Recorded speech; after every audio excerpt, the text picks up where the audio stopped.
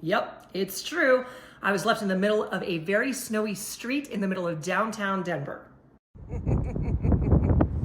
So hi, so I'm in front of my building.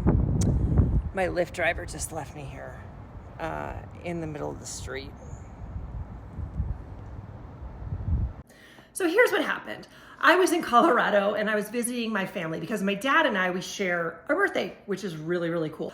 I usually try to go out there and we try to celebrate together and have fun. We had done that the night before, and then the next night my parents are like, hey, we're going out with some friends. Do you and one of your friends want to join us? I said, absolutely. I took a Lyft because I knew I was going to be drinking. The night went great. We had so much fun. Margaritas were getting pounded. Mom was getting silly. And then my friend and I decided we were going to go have a glass of wine and just kind of debrief a little bit. Had a great time, called the Lyft again. And I was like, hey, heading back home. The guy was so awesome. He was so great. He was a younger guy, right? I say younger, probably in his 20s. Half of you are probably going, you old bird. Anyway, which is fine. You can totally say that. We get to where my condo is in downtown Denver. Now remember, this is a Saturday night, snowy, icy, awful conditions, but it's also a Saturday night in downtown Denver. So it's like really crazy busy down there. My guy, I told him that we have a car park, right? Where you can pull in, go around, and then it's like covered, right? So the door is here. Well, he passed it.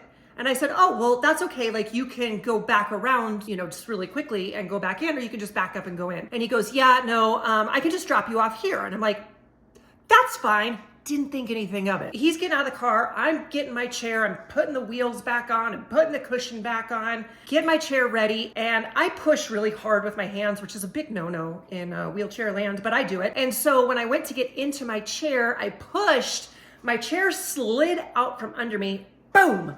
Paralyzed woman on the ground. Like, what are we gonna do? What I should have done was, I should have said, excuse me, sir, do you mind holding my chair so that doesn't happen? But I didn't do that. I'm on the ground. I can't get up because my chair keeps slipping. And then my guy, and this is no fault of his own, he was a younger guy, so I totally get it.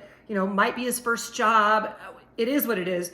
He was like, oh my gosh, I got another call. I have to go. Me, a couple margaritas and some wine in, I go, that's fine. Go ahead. I got this.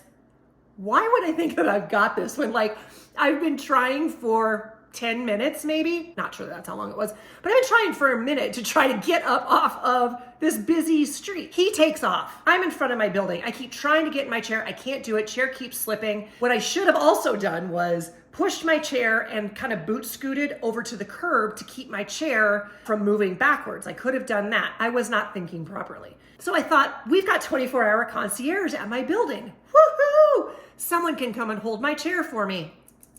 Which, yeah, makes sense. And yeah, they could have. Calling, no one answers. Calling, no one answers. Remember, 24-hour concierge service, we pay for this. Calling, no one answers. So in my mind, I think, well, I'm in Colorado. My husband's in Arizona. Why won't I call him? He could totally help me. I call my husband. He doesn't know what to do because he's not there. And again, I should have called the police because we do have police around the corner, which again, could have helped me. Things I'm learning, maybe don't drink wine and margaritas together. Don't really think very well. He's calling our concierge. No one's answering. I am on, now remember, my skin, because of my disability, is very sensitive, and I have to be really super careful. That's why you'll see a lot of wheelchair people moving around. It's because we don't feel when we have to move. So I didn't know that I was freezing. I look at my watch and I go, oh my gosh, I've been sitting on this cold ground for an hour and a half. Finally, this car, I want to say it was a Challenger, it was very sexy, pulls up. Now remember, I'm in the middle of a street. I'm on the ground. I could have gotten hit. This guy pulls up, stops. He goes, are you okay? I'm like, I'm fine. He gets out of the car. He goes, no, you're not. He runs over behind me. I think he might have been a nurse, a doctor, because he picked me up from behind under my arms, which is how you pick up a paralyzed person, picked me up, put me in my chair, and as I'm putting my feet on my foot plate, he just drives away. Superman just drives away. And I'm like, thank you. Anyway, things that I should have done, right? I should have bumped up against the curb. I should have asked the driver to hold my chair. Should have maybe called the police.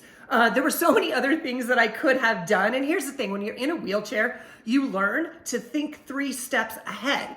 Again, I was not in my right mind. I was not thinking 3 steps ahead. So anyway, moral of the story is always have a plan just in case. It was nobody's fault except for my own. So I don't want people thinking like I'm blaming Lyft or I'm blaming the driver. I'm not. Should he have driven off? I don't know. Hindsight says maybe not. Should I have had margaritas and wine? Hindsight says maybe not. That is my story about how I got left in the middle of a busy Denver street in the middle of the snow on a Saturday night. Woo! Glad that's not my title. Anyway, make sure that you guys stay tuned for the next one because I'm going to talk Olympic stuff and I'm going to tell you what it feels like to be on one of these. Until next time, you guys, remember, be kind to yourself, be kind to others, and I love you. Mwah! Take care.